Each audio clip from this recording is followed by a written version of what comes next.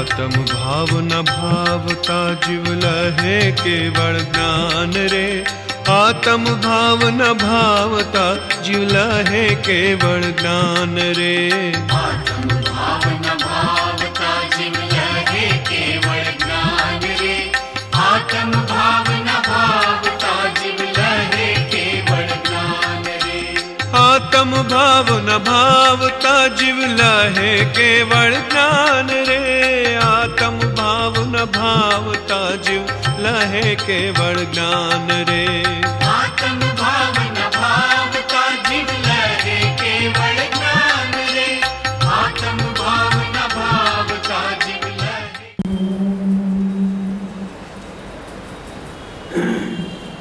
स्वाध्याय श्री आत्मानुशासन शतशास्त्र श्लोक 10 એમાં સમ્યક દર્શનના અધિકાર ઉપર આપણે વાત ચાલે છે। એમાં વ્યાકરણમાં મોક્ષ માર્ગ પ્રકાશક ચોથા અધિકારમાંથી મિથ્યા દર્શનનું સ્વરૂપ અને મિથ્યા દર્શનની પ્રવૃત્તિ એના ઉપર હવે આપણે વિચાર કરીએ છીએ।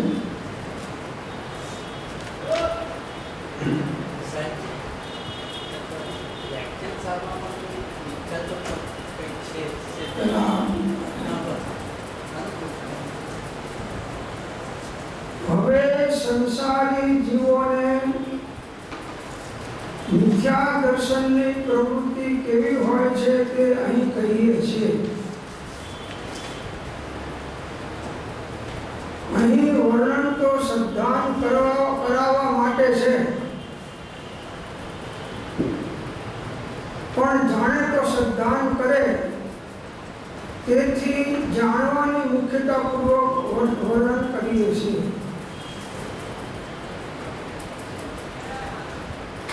વર્ણન તો શ્રદ્ધાન કરાવવા માટે કરે છે જ્ઞાનીઓ તત્વનું, પણ જો એ સાચું જાણે તો એ શ્રદ્ધાન કરી શકે। જાણવાનું વિપરીત હોય તો એની શ્રદ્ધાનમાં પણ વિપરીતતા આવે। એટલે શ્રદ્ધાનમાં જાણવાની પણ મુખ્યતા મહાપુરુષોએ બતાવી છે। એ વાત હવે અહીં કહે છે કે અનાદિકાળથી જીવ છે તે કર્મ નિમિત્ત વડે અનેક પર્યાય ધારણ કરે છે। ત્યાં પૂર્વ પર્યાયને છોડી નવીન પર્યાય ધારણ કરે છે, તથા તે પર્યાય એક તો પોતે આત્મા તથા અનંત ઉદ્ગલ પરમાણુમય શરીર એ બંનેના એક પિંડ બંધાન રૂપ છે।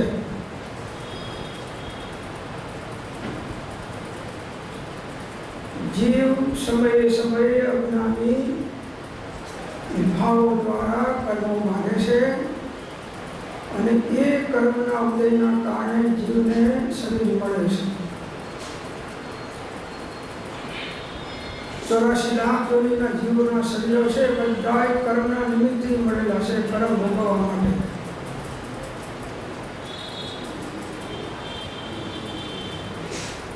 આપણને મનુષ્ય પર્યાય મળી છે, એ પણ કર્મના નિમિત્તે મળી છે અને કર્મને ભોગવવા માટે મનુષ્ય પર્યાય મળી છે।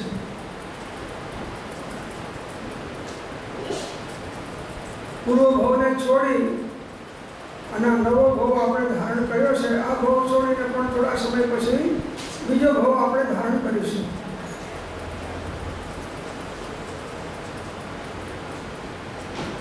તે પર્યાય એક તો પોતે આત્મા અને શરીર એ બંનેનું એક પિંડ બંધાન રૂપ છે। એક ક્ષેત્રાવગા દેહ અને આત્મા રહેલા છે બંધનમાં। અજ્ઞાની જીવ એને જાણતો નથી એટલે શરીરને જ આત્મા માને છે અને એને અનુરૂપ પછી બધી બહારમાં પ્રવૃત્તિઓ એ કરે છે।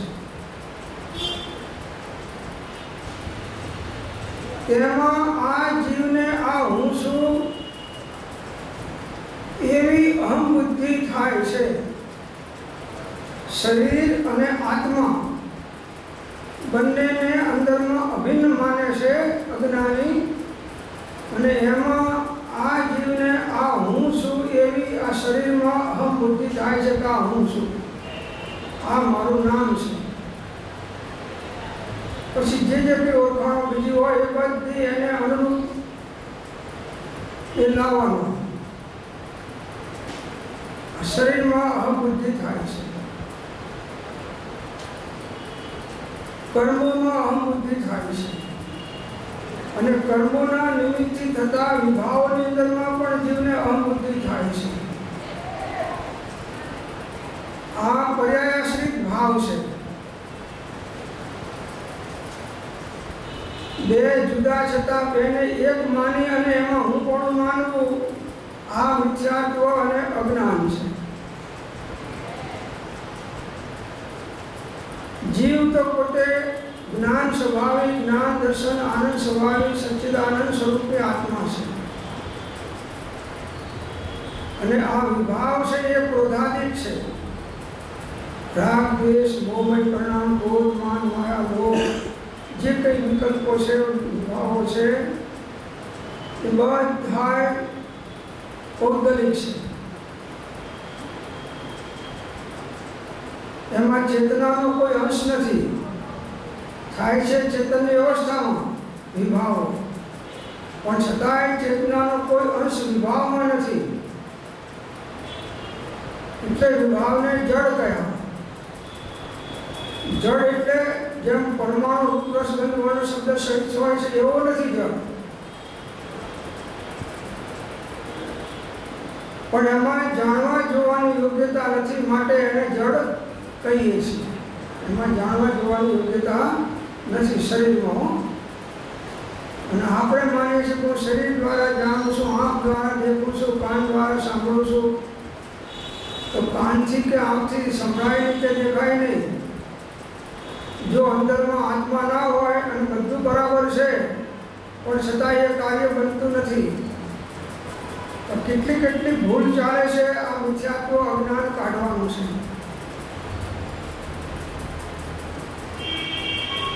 ઉદ્ગલ પરમાણુનો સ્વભાવ તો વર્ણ, ગંધ, રસ અને સ્પર્શાદિક છે. એ સર્વને જીવ અજ્ઞાની પોતાનું સ્વરૂપ માને છે. અજ્ઞાની એને પોતાનું સ્વરૂપ માને છે કે આ હું છું. એટલે ફોટાઓ પડાવશે, ફોટાઓ પડાવતી વખતે સ્માઇલિંગ ફેસ આપશે. એ કહેશે કે જુઓ મારો કેટલો સરસ ફોટો આવ્યો છે, આવો ફોટો બીજે ક્યાંય તમને જોવા નહીં મળે. બસ આ જીવ દેહાત્મ બુદ્ધિને આવી રીતે ગાઢી કરતો જાય છે. આત્મા સિવાય કોઈ પણ જગ્યામાં, પદાર્થમાં કે ભાવમાં પોતાપણું કર્યું એ જ મિથ્યાત્વ છે.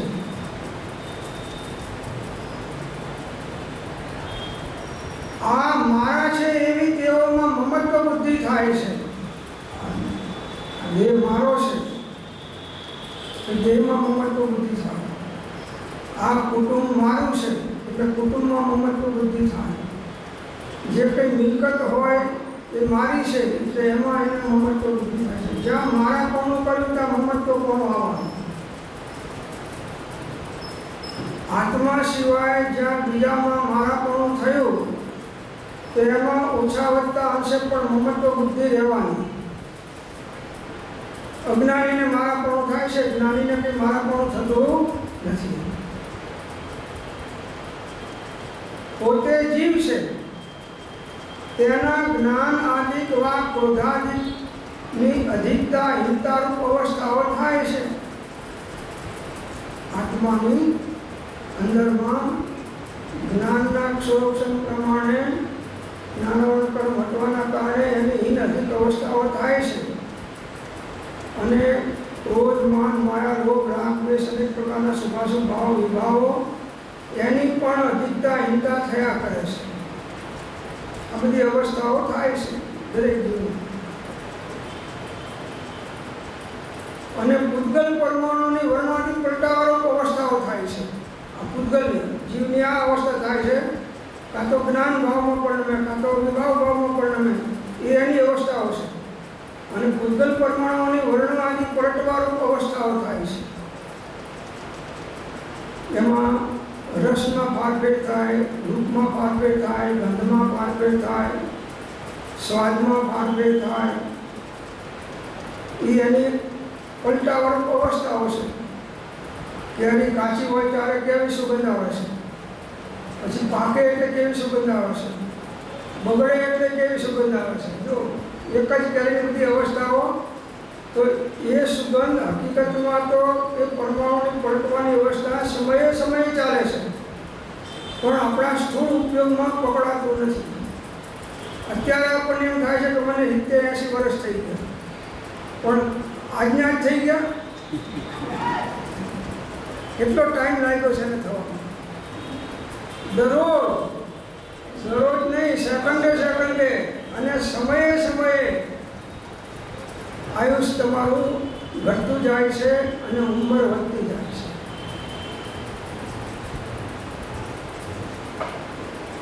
હવે એ અવસ્થાઓને જીવ પોતાની માને.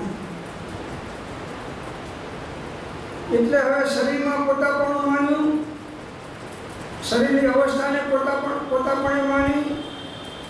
હવે કોઈ ડૉક્ટરે કીધું કે આ શરીરનો હવે નાશ થઈ ગયો. હવે પોતાપણાની જે માન્યતા છે એના કારણે હવે એને મરવાનો ભય થઈ જાય છે. આત્માની દ્રષ્ટિ કરે તો હું અજર અમર અવિનાશીને શાશ્વત છું એ ખ્યાલ આવે, પણ આ દેહાત્મ બુદ્ધિ છે અને દેહ તો સમયે સમયે એનું નાશનું પરિણમન થઈ રહ્યું છે, એ નાશ પાછું જઈ રહ્યું છે. એમાં તને હવે ખ્યાલ આવે કે બસ છેલ્લી ઘડીએ તું જ્યારથી જન્મ્યો ત્યારથી મરણ થવાનો તમારો સમયે સમયે કાળ નજીક આવતો જાય છે.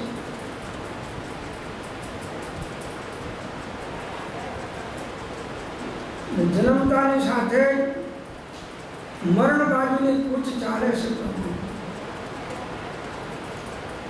હવે એ જ્યારે કોઈ કહે કે ભાઈ તમારું શરીર તો બહુ સુકાઈ ગયું છે ને હવે તમે મરી જશો, એટલે જીવ ગભરાઈ જાય છે. પેલા બીજા અજ્ઞાનીઓ એને ગભરાઈ નાખે છે, કારણ કે એ માને છે કે આ શરીર એ આ જ છે. શરીરના નાશને પોતાનો નાશ માનવો, શરીરની અવસ્થાને પોતાની અવસ્થા માનવી, આ અજ્ઞાન છે. શરીરને આપણે લાગે વળગે શું છે? એની જાત જડની છે, આપણી જાત ચેતનની છે.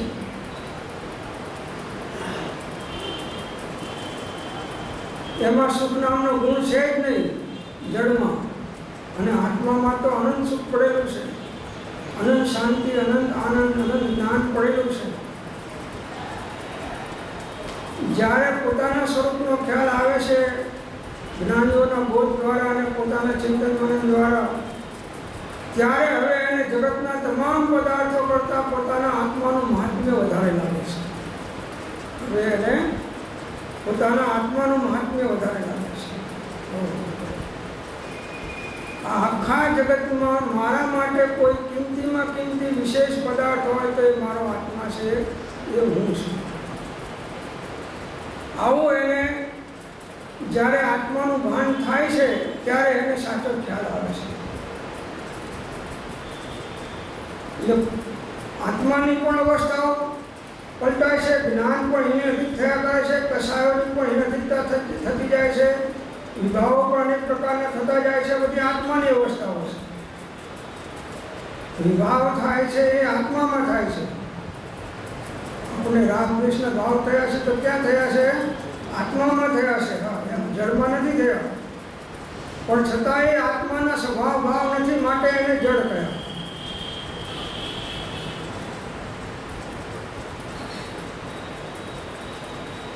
તે સર્વને પોતાની અવસ્થા માની, બધી અવસ્થાઓ પૂતગલની અને જીવની, આ બેને બધી અવસ્થાઓને પોતાની માની અને આ મારી અવસ્થા છે એવી મમકાર બુદ્ધિ કરે છે.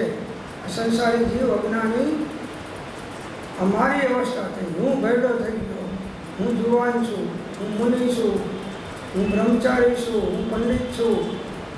આ મમકાર બુદ્ધિ છે કર્મ.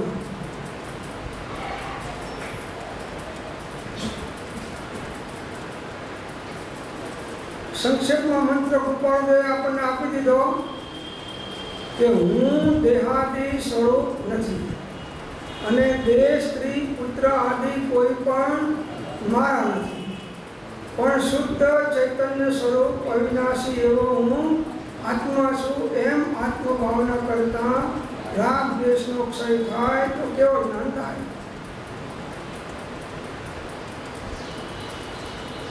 ને પરની અવસ્થાને પોતાની અવસ્થા માનવી એ મમકાર બુદ્ધિ, એ મિથ્યાત્વ છે, અજ્ઞાન છે. શરીરને અને આત્માને કોઈ સંબંધ નથી. દ્રવ્ય, ક્ષેત્ર, કાળ, ભાવથી ભિન્નપણું, જુદાપણું છે. એ દેહ જીવ એક રૂપે ભાષે છે અજ્ઞાન વડે, અને ક્રિયાની પ્રવૃત્તિ પણ તેથી તેમ થાય છે. જીવની ઉત્પત્તિ એટલે જન્મ, રોગ, શોક, દુઃખ, મૃત્યુ એ દેહનો સ્વભાવ જીવ પદમાં જણાય છે. આ બધી અવસ્થાઓ જીવ એને જાણનાર છે. હવે એને એ પોતાની માને છે. એવો જે અનાદિ એક રૂપનો મિથ્યાત્વ ભાવ એ જ્ઞાનીના વચન વડે દૂર થઈ જાય છે. આ ધર્મ છે બધું. બીજી ક્રિયાકાંડો કદાચ નહીં કરો તો ચાલશે, પણ આ ભેદ વિજ્ઞાન સ્વપણનો નિર્ણય નહીં થાય તો મોક્ષ માર્ગમાં નહીં ચાલે. આ જીવને અને શરીરને નિમિત્ત નૈમિત્તિક સંબંધ છે. તેથી જે ક્રિયા થાય છે તેને પોતાની માને છે. નિમિત્ત નૈમિત્તિક સંબંધ છે, કર્તા કર્મ સંબંધ નથી. કર્તા કર્મ સંબંધ એક દ્રવ્યનો એક દ્રવ્ય સાથે જ હોય, અને નિમિત્ત નૈમિત્તિક સંબંધ બીજા દ્રવ્યનો બીજા દ્રવ્ય સાથે હોઈ શકે છે. એટલે નિમિત્ત છે.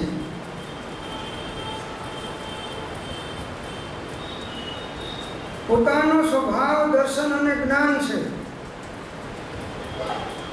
એટલે આ જે નૈમિત્તિક ક્રિયાઓ થાય છે એને જીવ અજ્ઞાની પોતાની માને છે. શરીરની ક્રિયાઓને પોતાની માને છે, વચનની ક્રિયાઓને પોતાની માને છે, મનના વિકલ્પોની ક્રિયાઓ થાય એને એ પોતાની માને છે.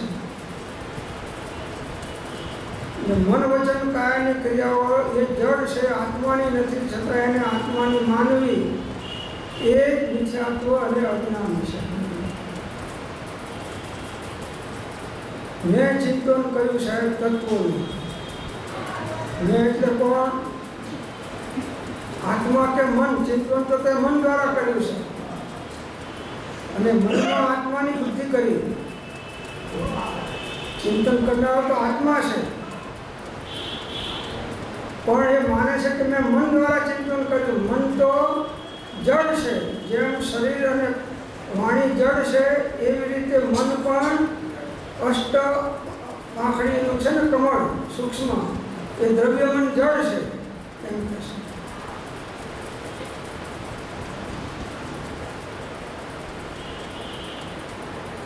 બહુ સૂક્ષ્મ ભેદ પાડવાનો છે. લુહારના જાળી ઝાંપાના રેણ કરવાના રોડ અને સાધન મોટા, ઇન્સ્ટ્રુમેન્ટ મોટા હોય, અને સોનીના જારણ કરવાના ઇન્સ્ટ્રુમેન્ટ સૂક્ષ્મ હોય. જારણ બેમાં થાય છે. લુહાર પણ જારણ કરે છે અને સોની પણ જારણ કરે છે. એમ અજ્ઞાનીઓનું ભેદ વિજ્ઞાનનું જારણ એ લુહાર જેવું છે, અને જ્ઞાનીઓનું ભેદ વિજ્ઞાનનું જારણ એ સોની જેવું છે. ફૂંકી ફૂંકી ફૂંકી ફૂંકી અને એ તારને ફિટ કરે છે.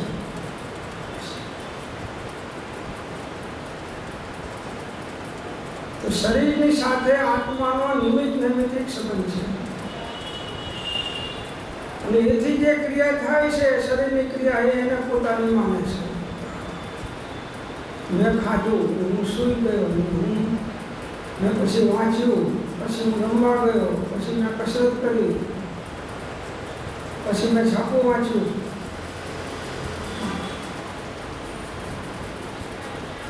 જે શરીર દ્વારા ક્રિયા થઈ, શરીર નિમિત્ત હતું, એને જીવ શરીરે કરી એમ માને છે. આત્મા તો એમાં જાણનાર દેખનાર માત્ર છે. વિકલ્પનો કરતા પણ હકીકતમાં આત્મા નથી એમ કહે છે. આ સંકલ્પ વિકલ્પ થાય છે એનો કરતા પણ હકીકતમાં આત્મા નથી. અને પર જાણે છે, પરને જાણે છે એ પણ હકીકતમાં આત્મા નથી, એ વ્યવહાર છે. આત્મા પરને જાણતો નથી. હવે પરની સાથે જાણવા જવાનો સંબંધ નથી હકીકતમાં. હવે એના બદલે કેટલા સંબંધો આપણે પરદ્રવ્ય સાથે અને પરભાવ સાથે જોડીને બેઠા છીએ. એના કારણે આપણી ભ્રાંતિના કારણે બધા વિભાવો ચાલે છે. અને સમયે સમયે વિખ્યાતો અવિરતિ પ્રમાણ પ્રસાર યોગયુક્ત પરિણામો દ્વારા આપણે બંધાઈએ છીએ. પોતાનો સ્વભાવ તો જાણવું જોવું જ્ઞાન દર્શન એટલો છે બસ.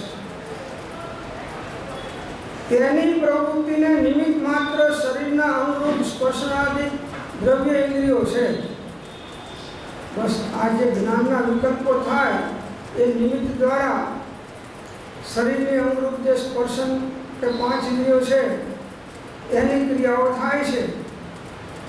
હવે આ જીવ એ 5 ઇન્દ્રિયોની ક્રિયાઓને કે મનની ક્રિયાઓને કે શરીરની ક્રિયાઓને એક રૂપે માની લે છે. કેમ કે એને અંદરમાં સૂક્ષ્મ ભેદ જ્ઞાન નથી. એટલે શરીરની ક્રિયાને પોતાની માને, ઇન્દ્રિયોના વિષયોને ભોગને પોતે ભોગવે એમ માને. કંઈ બીજા પદાર્થોનું કાર્ય થાય તો એને પોતાને કર્તા તરીકે માને. અને એના કારણે અમુક પદાર્થને ઇષ્ટ માને, અમુક પદાર્થને અનિષ્ટ માને. જો આ એક અજ્ઞાનની પાછળ અનેક પ્રકારના અજ્ઞાન ભાવો ઊભા થાય છે. અને ઇષ્ટ અનિષ્ટ માને અત્યારે દ્વેષનો ભાવ થાય છે. મૂળ ભૂલ કાઢવાની છે. સ્વ અને પરમા ક્યાંય પણ એકત્વ બુદ્ધિ થઈ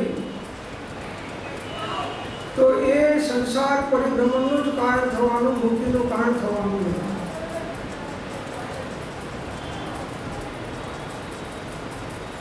હાથ વગેરેથી મેં સ્પર્શ્યું, આમ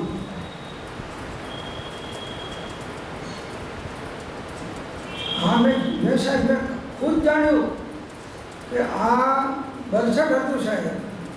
હાથ ફેરવીને મેં કહ્યું, જોયું. જીભ વડે મેં સ્વાદ લીધો.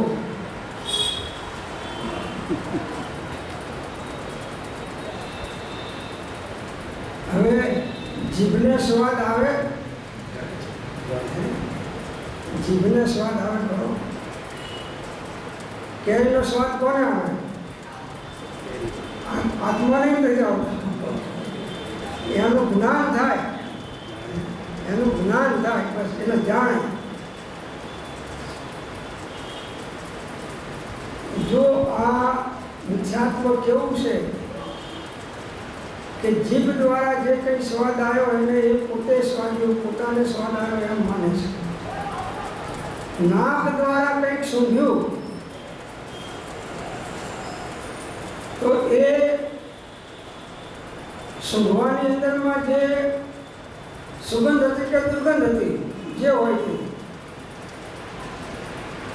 એ નાસિકા એમાં નિમિત્ત છે.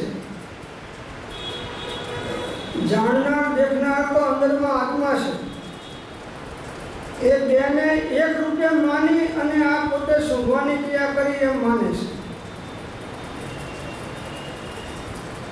નેત્ર વડે મેં દીઠું કે મેં મારા નજર જોયું છે સાહેબ. નજરે જોયેલું પણ ઝેર છે. દીકરાને નજરે જોયો મારો, આ દેહને નજરે જોઉં છું, દુનિયાના પદાર્થોને નજરે જોઉં છું. નજરે જોયેલું સાચું હોય કે ખોટું હોય? નજરે જોયેલું પણ ખોટું હોય. નદીએ જોયું કે આ બંગલો મારો છે. નદીએ જોયું સાચું કે ખોટું જોયું? આ બંગલો મારો નથી, બીજાનો છે, એ ખોટું જોયું. બંગલો બંગલાનો છે પ્રભુ. એ જ્ઞાન દ્વારા જાણ, સાચી સમજ જાણ કે દરેક દ્રવ્યનો માલિક દરેક દ્રવ્ય પોતે છે. અન્ય દ્રવ્યના માલિક તરીકે અન્ય દ્રવ્યને સ્થાપવું એ મિથ્યાત્વ છે.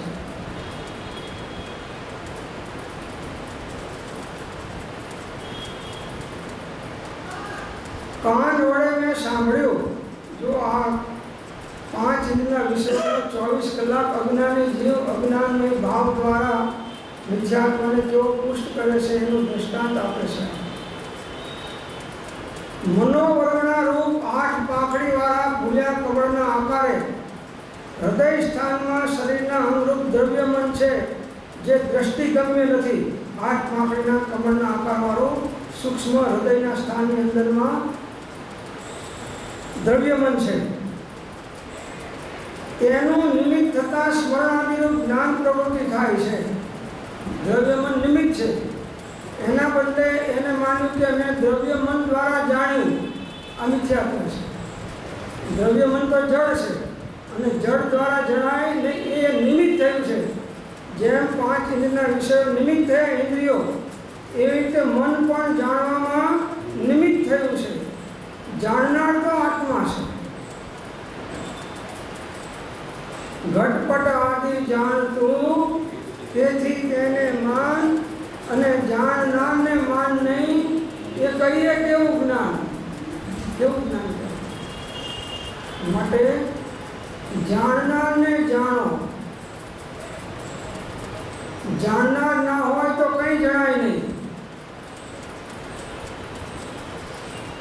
અને જાણનારને જાણો તોય કંઈ જણાય નહીં. બીજું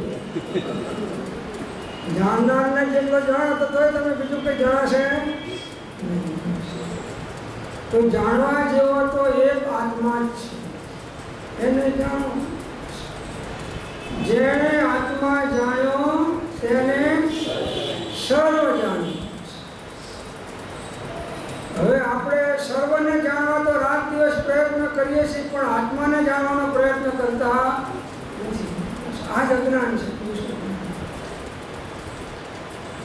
બધાને જાણ્યા પણ પોતે પોતાને ના જાણ્યો. જબ જાણ્યો નિજ રૂપ કો તબ જાણ્યો સબ લોક, અને નહીં જાણ્યો નિજ રૂપ કો તો સબ જાણ્યો સો. બધું ભોગ ગયો. અનાદિકાળમાં અનંત વાર કેટલી વસ્તુઓ જાણી, બધી ભોગ નિષ્ફળ ગઈ.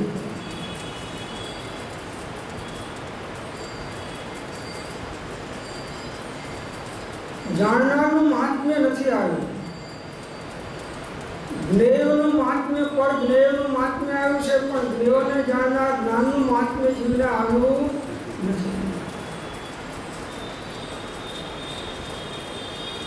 એટલે એ જળ દ્રવ્ય મનનું નિમિત્ત થતા સ્મરણાદિનું જ્ઞાનની પ્રવૃત્તિ થાય છે. સ્મરણ થાય. 50 વર્ષ પહેલાનું યાદ આવે. મેં મન દ્વારા ચિંતન કર્યું, મારા સ્મરણમાં આવ્યું કે 50 વર્ષ પહેલા આ હતું. તો સ્મરણમાં મન તો નિમિત્ત છે, પણ જ્ઞાન કરનાર તો આત્મા છે. એ આત્મા અને મનને એક રૂપે માને છે. જેમ દેહ જીવ એક રૂપે ભાષે છે અજ્ઞાન વડે, એમ મન જીવ એક રૂપે ભાષે છે અજ્ઞાન વડે. ઇન્દ્રિયો જીવ એક રૂપે ભાષે છે અજ્ઞાન. એ દ્રવ્ય મન તથા જ્ઞાનને એક રૂપ માની એમ માને છે કે મેં મન વડે જાણ્યું. મનથી જાણ્યું.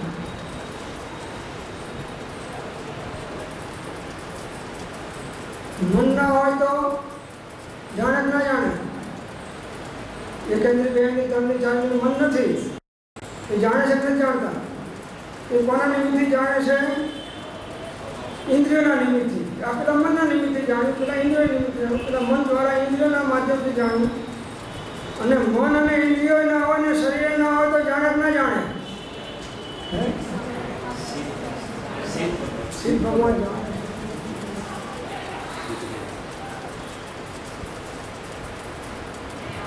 તો જાણવું એ મનનો ગુણ થયો, ઇન્દ્રિયનો ગુણ થયો કે આત્માનો ગુણ થયો?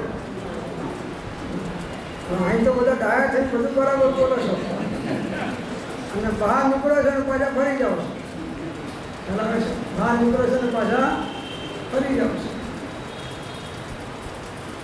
વળી પોતાને જ્યારે બોલવાની ઈચ્છા થાય ત્યારે પોતાના પ્રદેશોને જેમ બોલવાનું બને તેમ હલાવે છે, આત્માના પ્રદેશો. ત્યારે એક ક્ષેત્રાવગા સંબંધથી શરીરનો અંગ પણ હાલે છે, નિમિત્ત નૈમિત્તિક સંબંધથી. તેના નિમિત્તથી ભાષા વર્ણનારો પૂતગલો વચનરૂપ વર્ણને છે. એ બધાને એક રૂપ માની આ એમ માને છે કે હું બોલું છું, હું કેવું સરસ બોલ્યો.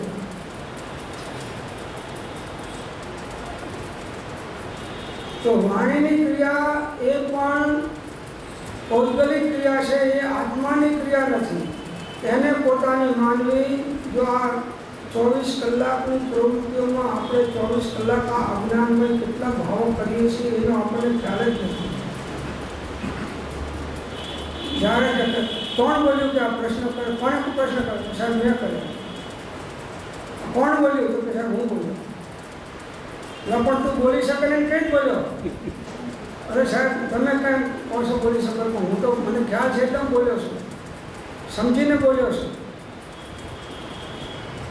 સમજીને બોલ કે તું બોલી શકે છે કે નથી બોલી શકતો, સમજીને બોલ. હવે કોઈ આપણને પૂછે કે ભાઈ હવે તમે જરા વૃદ્ધ દેખાવ છો, હવે તમારું શરીર જરા દુબળું પડ્યું છે, એ બધા પ્રશ્ન શરીર આશ્રિત જ કરવાના. અજ્ઞાની બીજો કયા પ્રશ્ન કરે? એ અડધો કલાક એને સાંભળીને પછી કંઈક સાહેબ તમે કોની વાત કરી? કોની વાત કરી છે? તો કે તમારી. મને તમે ઓળખો છો? હા, 40 વર્ષથી ઓળખું છું તમે.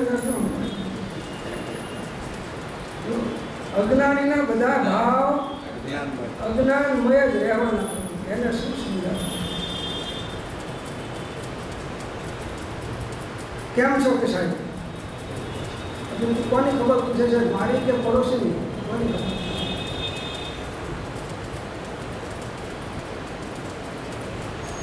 એટલે જ્ઞાનીને અજ્ઞાનીને મેળ નથી ખાતો.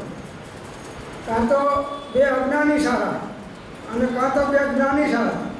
પણ એક ઘરમાં એક અજ્ઞાનીને બધા જ્ઞાની અથવા એક જ્ઞાનીને બધા અજ્ઞાની હોય તો એનો મેળ ખાવો બહુ અઘરો થઈ જાય છે.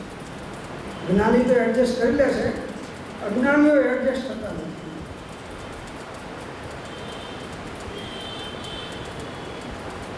જો આ કેટલી ભૂલ આપણી દરરોજની ક્રિયાઓમાં થાય છે, મન વચન કાયની પ્રવૃત્તિઓ દ્વારા એ બતાવે છે.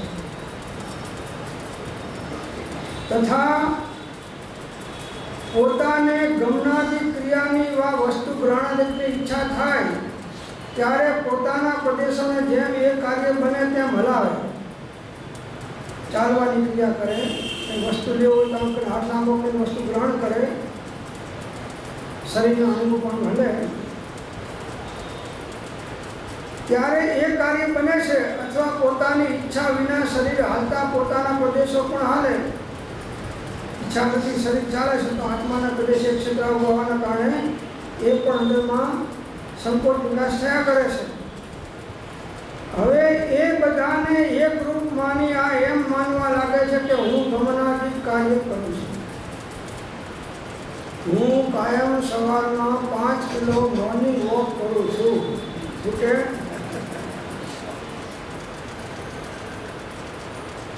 અજ્ઞાનીઓ તો માની જ જાય, 4 કિલોમીટર રોજ ચાલે છે. જ્ઞાની કહે છે કે તમે કોઈ દાડો એક ડગલું ચાલ્યા નથી ને ચાલી શકતા નહીં, આવું ખોટું છે, ઘણો બોલો છો. ચાલવાની ક્રિયા શરીરની છે કે તમારી છે? શરીર સાથે આત્મા હોવાના કારણે ભલે એ ગમન કરે છે, પણ શરીરની ક્રિયાને આત્માની ક્રિયા માનવી એ અજ્ઞાન છે.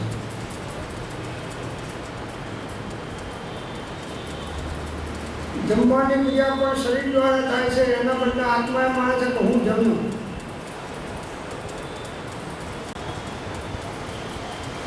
આત્મા તો અનાહારી છે, જમી શકતો નથી. અનાદિ એક બાજુ કહે છે કે અનાદિકાળથી આ જીવે એટલું બધું અનાજ ખાધું છે કે આ પૃથ્વી ઉપર જેટલા અનાજના સ્ટોક છે અત્યારે એના કરતાં અનંત ગણું ખાધું. અને આ બાજુ આમ જ્ઞાની એમ કહે છે કે આજ દિન સુધી આત્માએ અનાજનો એક દાણો ચાખ્યો નથી, એક દાણો ચાખ્યો નથી. હવે મોટા ભાગનાને કોનો બોધ લાગે છે? અજ્ઞાની. વ્યવહારથી ઠીક છે, વ્યવહારની ખતવણી નિશ્ચયમાં કરી નાખીએ છીએ એટલે આ બધા વિકલ્પોને ભ્રાંતિઓ ઉત્પન્ન થાય છે. નિશ્ચયની ખતવણી વ્યવહારમાં કરો કે વ્યવહારની ખતવણી નિશ્ચયમાં કરો તો ગોટાળો થવાનો. અને ગોટાળો થાય એટલે ગોટે ચડવાનો. ગોટાળો થાય એટલે ગોટે ચડવાનો.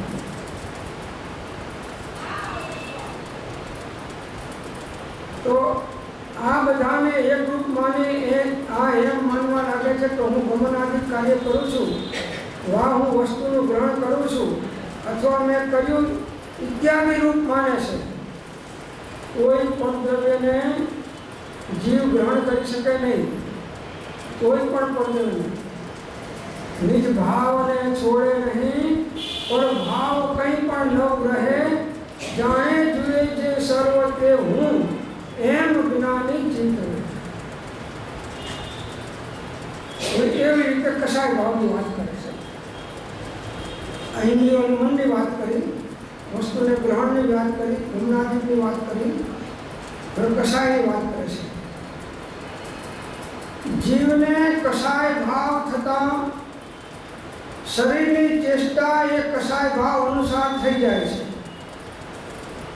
જેવો કસાય હોય એવા પ્રકારે એની શરીરની ચેષ્ટાઓ પણ નિમિત્તિક સંબંધથી બની જાય છે. ક્રોધ આવ્યો તો હવે એની આંખો લાલ થવાની, એનું શરીર ભીજવાનું, હોઠ ભીજવાનું. ક્રોધ છે આ એની ચેષ્ટાઓ દેખાશે કસાય ભાવ સાથેની. તો જેમ ક્રોધ આદિ થતા રક્ત નેત્ર આદિ થઈ જાય, લાલ આંખો થઈ જાય. હાસ્ય આદિ થતા પ્રફુલ્લિત વદનાદિ થઈ જાય. હાસ્ય આવે એટલે જીવ મોઢા ઉપર આમ પ્રફુલ્લિતતા દેખાય. અને પુરુષ વેદ આદિ થતા લિંગ કાઠણ આદિ થઈ જાય. જ્યારે વેદના ઉદયમાં આવે ત્યારે પણ ઇન્દ્રિયની સ્થિતિ એ પ્રકારની બની જાય છે.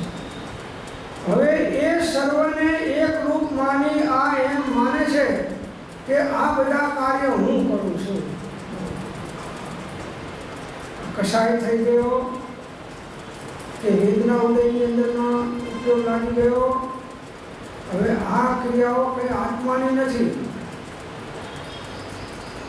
એ બધાને દેહ અને આત્માને મિક્સ માનીને એક રૂપ માનીને એમ માને છે કે આ બધા કાર્ય હું કરું છું.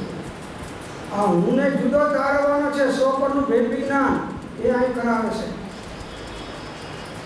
કે હું તો સર્વ અવસ્થાને વિશે ન્યારો સદા જણાય, પ્રગટ રૂપ ચૈતન્યમય એ એંધાન સદા. સર્વ અવસ્થામાં હું ન્યારો છું.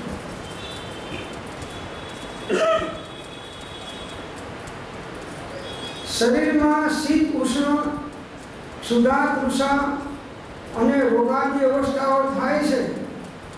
તેના નિમિત્તથી મોહ ભાવ વડે પોતે સુખ દુઃખ માને છે. શરીરની અંદર અવસ્થાઓ શીત કે ઉષ્ણ થઈ જાય, ત્યારે ગરમી છે અને થોડો તડકો લાગી જાય તો શરીરની અવસ્થા ઉષ્ણ થઈ જાય. જમવામાં કંઈ મોડું થઈ ગયું કે ઉપવાસ કર્યો તો ક્ષુધા લાગે, ચોર્યારો કર્યો તો તરસ લાગે અને શરીરને અનેક પ્રકારના રોગની અવસ્થાઓ પણ થઈ જાય. અને એના નિમિત્તથી આ બધાના નિમિત્તથી શીત ઉષ્ણ ક્ષુધા તૃષા અને રોગાદી અવસ્થાઓના નિમિત્તથી મોહ ભાવ વડે જીવ પોતાને સુખી દુઃખી માને છે. શરીરની અવસ્થાના અંદરમાં પોતાને સુખી દુઃખી માનવો એ પણ ભ્રાંતિ છે.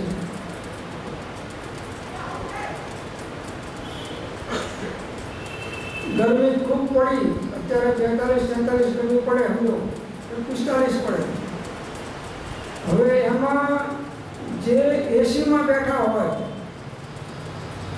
એ અંદરમાં સુખ માને છે, અને એક ભાઈ એસીમાંથી બહાર નીકળે ત્યારે પોતાને દુઃખ માને છે. તો આ સુખ દુઃખ માનવાનું કારણ શું છે?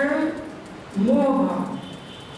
શરીર પ્રત્યેનો મોહ, એકત્વ પ્રત્યે મોહ ભાવ છે. એટલે તમને ગરમીની અંદરમાં આકુરતા વ્યાકુરતા થાય છે ને આખું જગત ગરમીની અંદરમાં આ બધા કામ કરે છે, તમને કેમ આકુરતા વ્યાકુરતા થાય? શરીરમાં મોહ બાંધો છે.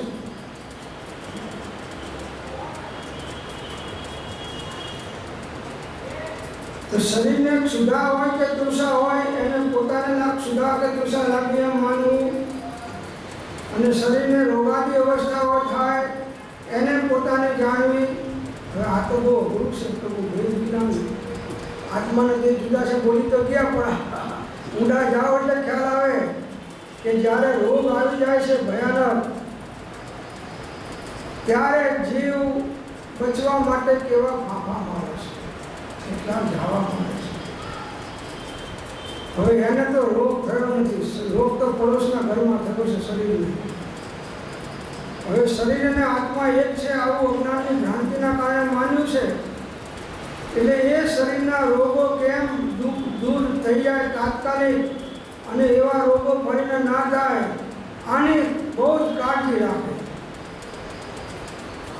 એટલે ઉનાળામાં બહાર નીકળે ને નીકળે તો એર કન્ડિશન ગાડીમાં નીકળી સીધો ઓફિસે એર કન્ડિશનમાં ઘૂસી જાય. એટલે તું ગમે એટલું શરીરને સાચવ, પણ એ શરીરને સાચવનાર તો કર્મ સંસ્કાર છે. સાતા અસાતા વેદના કારણે શરીર સચવાય કે ના સચવાય, તારા કારણે નહીં. તું એમ કે અત્યારે મને તાવ આવી જાવ, થોડો આરામની જરૂર છે, તાવ આવી જાવ, તો એમ તાવ આવતો નથી, નબળો થોડો છે. તાવને લાવવા માટે પણ અસાતા વેદનો ઉદય જરૂર છે. અને તું કે તાવ નીકળી જાવ, તો એમ તાવ નીકળતો નથી. એના માટે સાતા વેદની કર્મનો ઉદય આવવો જરૂર છે, તો બધા દવાને ડોક્ટરોને ઉપચારો નિમિત્ત થાય. તીવ્ર ઉદય હોય તો કંઈ નિમિત્ત થાય નહીં, બાકી તો બનવાનું એ બને છે, જેમ થવાનું હોય તેમ જ થાય છે. 774 પત્રમાં કૃપા બોલી છે. તો આ શરીરની અવસ્થાઓ શીત ઉષ્ણ ક્ષુધા તૃષા રોગ આદિ, એના નિમિત્તથી જીવને મોહ અજ્ઞાન હોવાના કારણે પોતે પોતાને સુખી દુઃખી માને છે. એ બધાને એક રૂપ જાણી શીતાદિક વા સુખ દુઃખ પોતાને થયો એમ માને છે. આ ઠંડી મને લાગી, તને તો ઠંડીનું જ્ઞાન થયું છે, લાગી નથી. બહુ મોટો ફેર છે. ઠંડીનું જ્ઞાન થાય, ગરમીનું જ્ઞાન થાય, પણ તને ઠંડી કે ગરમી લાગે 500 ડિગ્રીની અંદરમાં તને રાખવામાં આવે તોય તને કંઈ ના થાય. આત્માને 500 ડિગ્રી ગરમીથી પણ નુકસાન ના થાય ને ગરમી લાગે નહીં. ગરમી લાગવાનું કારણ મોહ ભાવ છે. જો કેટલો દેહાત્મ બુદ્ધિ અજ્ઞાની જીવોને છે, એ આ સૂક્ષ્મ વિચાર કરો તો ખ્યાલ આવે. આ જ કાઢવાનું છે, આ મિથ્યાત્વ છે. આ તો તમે ઘર છોડ્યું, આ છોડ્યું, પછી તારો હતું ક્યાં તે છોડ્યું. તમે કહો કે મેં આ 10:30 હોલ છોડી દીધો, પણ એ તો હોલ હતો જ ક્યાં, તમે બેઠા ત્યારે છોડેલો જ હતો.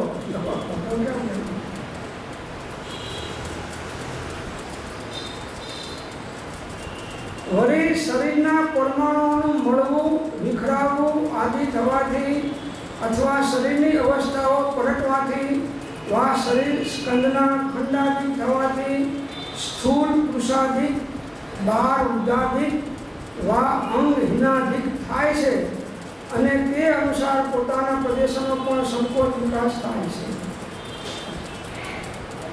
પરમ બુદ્ધિ કુશ દેહમાં સ્થૂળ દેહ મતિ અલ્પ, દેહ હોય જો આત્મા તો ઘટે ના આમ દુબળો થઈ જાય તોય ચિંતા, શરીર વધી જાય તોય ચિંતા, શરીર સારું રહે તોય ચિંતા. શેની ચિંતા? બગડે નહીં, આવું ના રહે, બગડે એની ચિંતા પાછી. તો સ્થૂળ કૃષાધિક શરીરના સ્કંદો છે કંઈક તૂટી ગયા, ફ્રેક્ચર થઈ ગયું, અંગહીન થઈ ગયા, શરીરની બહાર ઉદાહરણિક અવસ્થાઓ થઈ, એ અનુસાર શરીર સંકોચાય તો આત્માના પ્રદેશમાં અંદરમાં સંકોચાય. સોયની અણી ઉપર રહે એટલા નિગોજમાં અનંતા જીવ છે, તો આત્મા સંકોચ થાય તો એટલો સોયની અણી ઉપર અનંત આત્મા આવી જાય એટલો એનો સંકોચ થાય.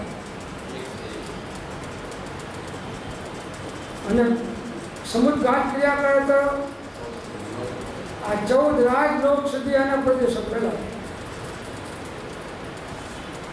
આ બધાને એક રૂપ માની આ જીવ હું સ્થૂળ છું, હું પુરુષ છું, હું બાળક છું, હું વૃદ્ધ છું તથા મારા અમુક અંગોનો ભંગ થયો ઇત્યાદિ માને છે. પેલા કે તમે હમણાં બહુ જાડા થઈ ગયા છો, આ કે વાત તો તમારી કરીશ. પહેલાં મારી છાતી 32 થઈ, હવે 36 થઈ ગઈ, જાડો નથી, જાડો નથી.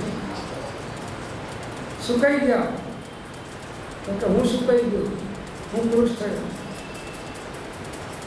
બાળ અવસ્થાને પોતાની માને, યુવા અવસ્થાને પોતાની માને, વૃદ્ધ અવસ્થાને પોતાની માને.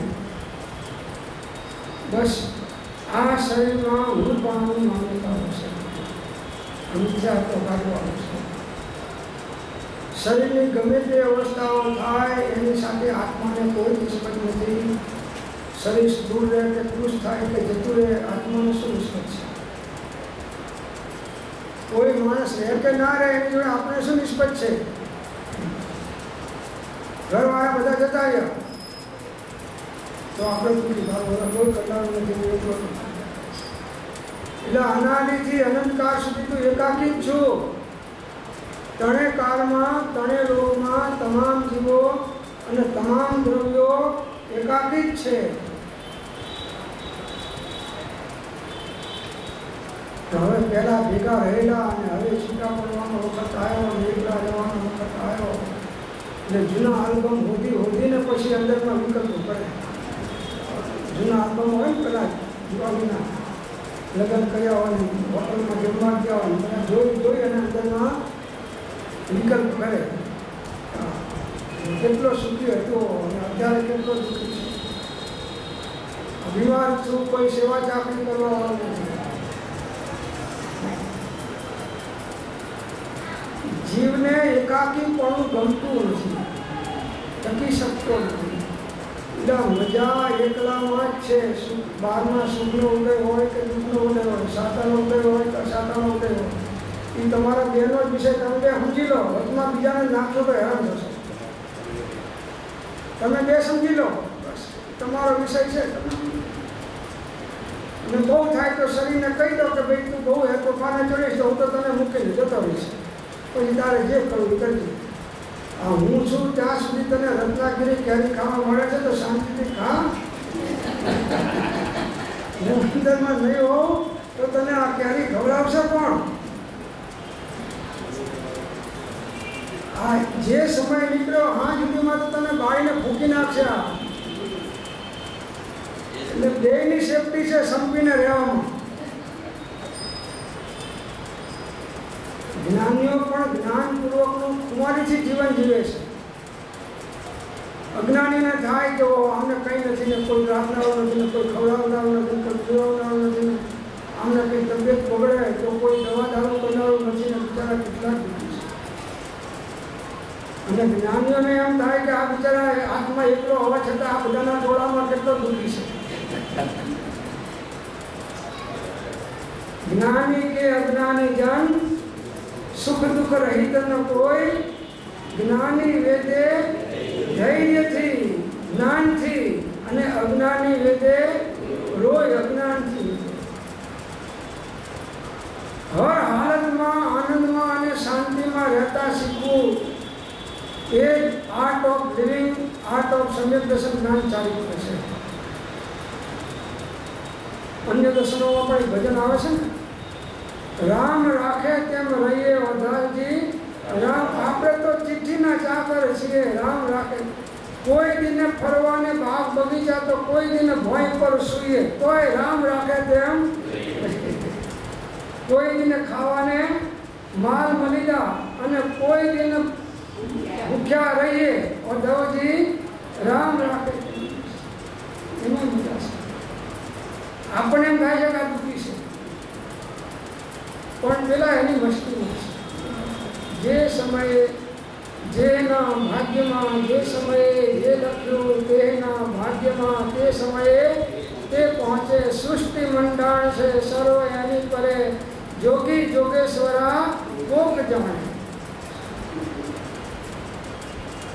કોઈ પણ હાલત અવસ્થા હોય એ સારી નરસી એક મોહનું કામ છે. શરીરની અવસ્થા સારી હોય તો નરસીમાં તમારે શું નિષ્ફળ? આ સંસ્થા પાસે કરોડો રૂપિયા હોય કે માથે દેવું હોય એમાં તમારે શું નિષ્ફળ? તમારે શું નિષ્ફળ છે? એમ જગતના પદાર્થોનું વિભાવ રૂપે પરિણમન થાય કે સ્વભાવ રૂપે પરિણમન થાય એમાં તમારે શું નિષ્ફળ છે? 24 કલાક જગતના જીવોના વિકલ્પોની અંદરમાં આ જીવ અંદરમાં પડી રહ્યો છે. કાજી ક્યું ડૂબલે કે સારે જગત કી ચિંતા है.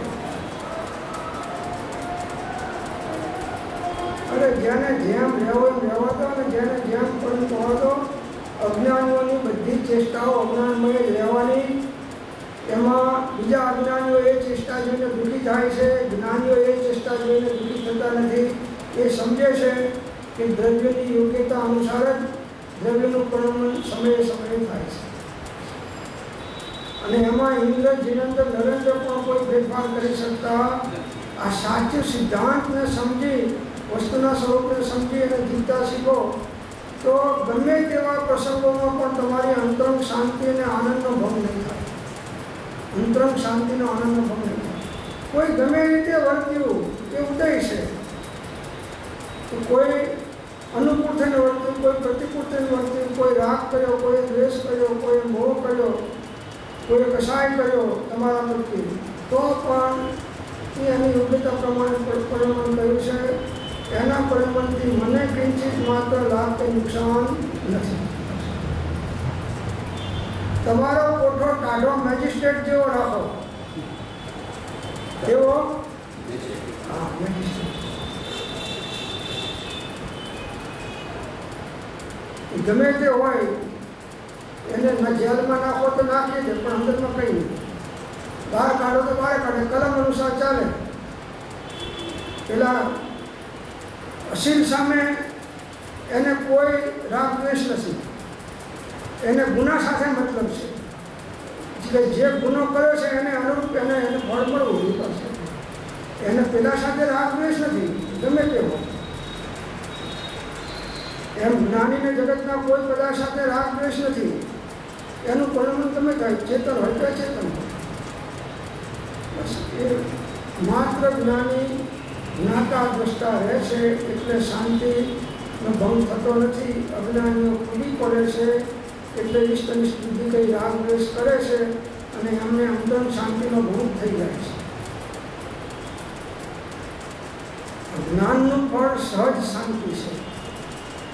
જ્ઞાનસ્ય ફલમ વૃત્તિ. વૃત્તિ એટલે વિભાવ ભાવથી મુકાવવું. એ વૃત્તિ એટલે વિભાવની વૃત્તિ થાય, એનું નામ વૃત્તિ. બસ જ્ઞાનીને સાતાના ઉદય હોય, અસાતાના ઉદય હોય, અનુકૂળ હોય, પ્રતિકૂળ હોય, લાભનો ઉદય હોય, અલાભનો ઉદય હોય, જીવન હોય, મરણ હોય, એ બધાની અંદરમાં એક જ્ઞાતા દ્રષ્ટા છે, એને શાંતિ છે. અજ્ઞાનીઓની દ્રષ્ટિએ ગચ્છકુમારને બહુ દુઃખ હતું. અજ્ઞાનીઓની દ્રષ્ટિએ જ્યારે સગડી માથે મુકાણી ત્યારે ગચ્છકુમારને ખૂબ દુઃખ હતું. અને જ્ઞાનીઓની દ્રષ્ટિએ ગચ્છકુમારને સગડી મુકાણી એ વખતે ખૂબ આનંદ હતો. એ વખતે પણ એમનો ઉપયોગ આત્મામાંથી બહિર્મુખ થયો નથી. એ આનંદમાં હતા. તો કેવળ જ્ઞાન દુઃખને વેચતા થાય કે આનંદને વેચતા થાય? એટલે આપણને એમ લાગે કે જ્ઞાન વિચાર આ બહુ દુઃખી છે પાપના ઉદયમાં. અને જ્ઞાની વિચારે કે આ બિચારા પુણ્યના ઉદયમાં બહુ દુઃખી છે. એટલે પાપના ઉદયમાં દુઃખી મને, આ પુણ્યના ઉદયવાળાને દુઃખી માને. હવે આ બધા જે અત્યારે પ્રધાનો છે, તમે એને સુખી માનો કે રોજ 8 સભાઓ કરે પ્લેનમાં આપો, જે રોજનું કે 1 કરોડ રૂપિયાનું બિલ આવે. જેટલો આવતો હોય તો આ તો અંદાજે કહેશો, હે જેટલો આવતો આપણે કે ભરવાનું નથી. હવે એને સુખી કહેવો કે દુઃખી કહેવો? પ્લેનમાં ને પ્લેનમાં ફરે છે, ચડે છે, ઉતરે છે, હજારો લોકો લઈ જાય છે, વરઘોડા કાઢે છે, અને સુખી કહેવો કે દુઃખી કહેવો? માં દુઃખી છે. એટલે આપણે માનીએ કે ભાઈ કોઈ પ્લેનમાં ફરતું હોય ને કોઈ હજારો લેવા આવતા હોય ને મૂકવા આવતા હોય ને આમને તો કોઈ ઓળખતું નથી ને, કંઈ ખાવા પીવાને ઠેકાણા નથી ને, રહેવાને ઠેકાણા નથી ને. બ્રહ્મદત્ત ચક્રવર્તી કરતા નિર્ગંઠ સાધુ સર્વશ્રેષ્ઠ અને સુખી છે. કેમ કે મોટા ઇન્દ્રો અને ચક્રવર્તીઓ પણ એમને નમસ્કાર કરે છે. સુખી છે. તો સુખનો સંબંધ જ્ઞાન સાથે છે. જ્ઞાન સાચું જાગૃત છે તો ગમે તેવા ઉદયમાં એ સુખી છે. અને જ્ઞાન નથી અને અજ્ઞાન છે તો એને ગમે તેવા ઉદય હોય તો દુઃખી છે. મોહના ઉદયના કારણે એમાં ભળી જવાથી જીવ દુઃખી છે. અને જ્ઞાતા દ્રષ્ટા ભાવે રહેવાથી, સાક્ષી જેવા રહેવાથી જ્ઞાનીઓ અંદરમાં સુખી છે.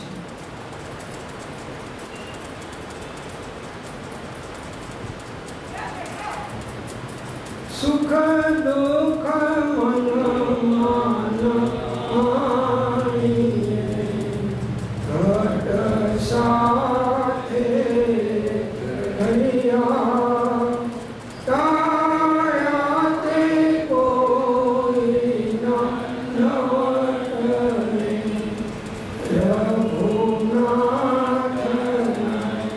જડિયા. આત્મા દેવના જડિયા એ કોઈ ફેરફાર થઈ શકે નહીં. ઉદય અનુરૂપ અને પાણી પરિસ્થિતિઓ રહેવાની, એનો સ્વીકાર કરો અને સાક્ષી ભાવે રહો. બસ આટલો તમારો પુરુષાર્થ. જેટલો તમારો વિતરાગ ભાવ એટલું તમારું રક્ષણ, અને વિતરાગ ભાવ જેટલો છોડ્યો એટલું તમારું ભક્ષણ. ઉદય ગમે તેવો હોય, નિમિત્ત ગમે તેવા હોય, પણ ઉપયોગ જ્ઞાનની સાચી દિશામાં ચાલે છે કે અજ્ઞાનની દિશામાં ચાલે છે, એના આધારે તમારો સંસાર અને મોક્ષનો ફેસલો છે. ભાવિ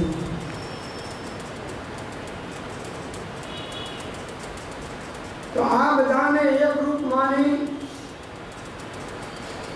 આ જીવ હું સ્થૂલ છું, હું પુરુષ છું, હું બાળક છું, હું વૃદ્ધ છું, તથા મારા અમુક અંગોનો ભંગ થયો ઇત્યાદિ માને છે. આ શરીરમાં એકત્વ બુદ્ધિ અને આમ બોલે કે હું શરીર દેહાદી સ્વરૂપ નથી, સ્ત્રી પુત્ર કોઈ મારા નથી. પણ આંખ બંધ કરીને આંખ સામે રાખીને બોલે તો બધા આજે લાભ કરી આંખ બંધ કરી બોલે પોપટી પોપટને રામ રામ શીખવાડો. રામ એટલે દાડમ કે દ્રાક્ષ કોને ખબર? રામ એટલે રામ. એવું જીવને શબ્દનું પોપટિયું જ્ઞાન થયું છે. પણ આ જે શરીર મન વચન કાયની ક્રિયાઓ થાય છે એનો જ્ઞાતા છું, એનો કરતા નથી અને એનો હું ભોગતાય નથી. હું માત્ર જાણનાર જે જ્ઞાન એનાથી જુદો સર્વથી સર્વ પ્રકારે ભિન્ન અસંગ ન્યારો એકાકી આવો શુદ્ધ ચેતન સ્વરૂપે અવિનાશી આત્મા છું. આ પ્રકારનું અનુપ્રેક્ષણ જ્ઞાનીઓનું અને જ્ઞાનીઓના સાચા આશ્રયવાનું હોય છે. બતાવવા માટે નહીં હો, વાસ્તવિક બતાવવા માટે તો ઉપરથી ડબલ નુકસાન છે.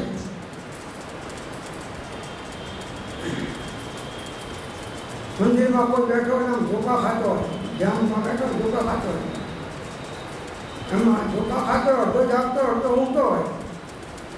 ધ્યાન તો ભગવાન સિવાય બધાનું હોય, ભગવાન જ ના હોય.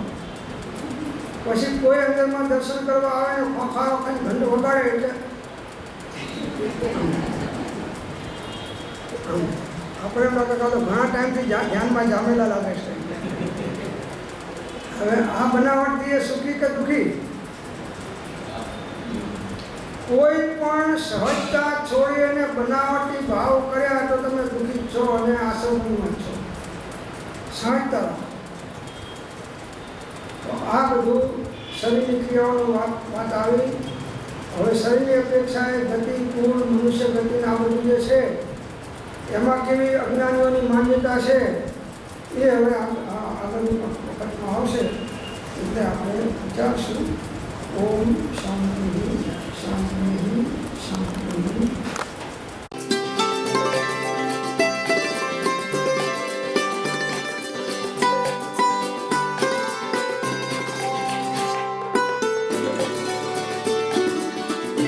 જેમાં છે એવો સંયમ, ઇન્દ્રિય સંયમ અને પ્રાણી સંયમ અને આત્મ સંયમ, સર્વ પરિગ્રહ તથા બધા